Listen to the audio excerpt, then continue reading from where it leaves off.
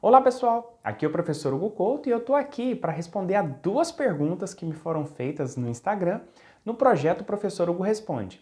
E o tema dessa semana foi o seguinte: honorários advocatícios na Justiça do Trabalho.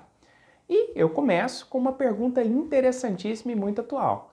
E a primeira pergunta foi a seguinte: como fica a questão da penhora de salários agora que o STJ decidiu que ela não é possível para o pagamento de honorários advocatícios? Bem, em primeiro lugar, nós temos que considerar, que essa decisão ela foi proferida em sede de recurso especial repetitivo, ou seja, é inevitável que ela se torne um precedente importante e que vincula todas as instâncias inferiores da justiça comum. Mas, obviamente, o que a gente quer saber aqui é o seguinte: será que isso, essa decisão vai impactar na Justiça do Trabalho? Então, eu entendo que não. E por quê?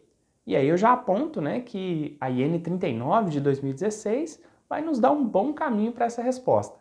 Lembrando que essa IN ela foi editada justamente para tratar da aplicação do novo CPC ao processo do trabalho. E, indo lá no artigo 15 da IN 39, você vai ver que há praticamente uma reprodução do artigo 927 do CPC, mas delimitando como precedentes apenas aquelas decisões proferidas no âmbito do TST ou dos Tribunais Regionais do Trabalho. Ou seja, eu entendo que não vai ser possível aos advogados trabalhistas invocar o parágrafo 1º do artigo 489 do CPC para dizer que uma dada decisão não está fundamentada. Obviamente, os mesmos fundamentos que levaram o STJ a decidir dessa forma também vão poder ser invocados no âmbito da Justiça do Trabalho. Mas aí vai ser necessária a construção toda de um novo precedente, agora no âmbito do TST, que não necessariamente será o mesmo que foi estabelecido no âmbito do STJ. Bem, e agora eu passo para a segunda pergunta que me foi feita, que é a seguinte: qual é o seu entendimento sobre os honorários advocatícios na execução e na fase recursal? Bem, o primeiro ponto que a gente tem que considerar é que a CLT não tratou explicitamente desse assunto, Na verdade, ela só fez menção ao pagamento de honorários lá na fase de conhecimento, de acordo com o parágrafo 5º do artigo 791-A da CLT. Mas o parágrafo 1º do artigo 85 do CPC define que são devidos honorários advocatícios no cumprimento de sentença, na execução e nos recursos interpostos de forma cumulativa. Ou seja, aí vai aparecer aquela dúvida, que é a seguinte: essa disposição do CPC, ela é aplicável ao processo do trabalho?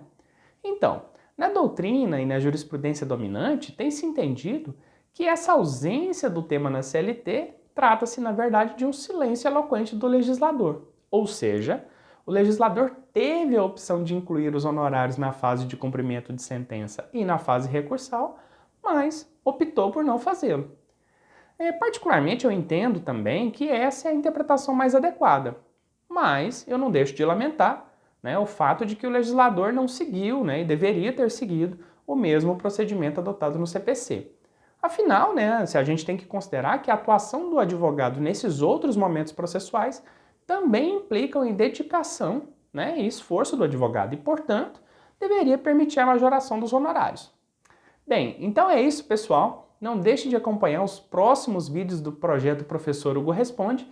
É todo sábado, às 9 horas.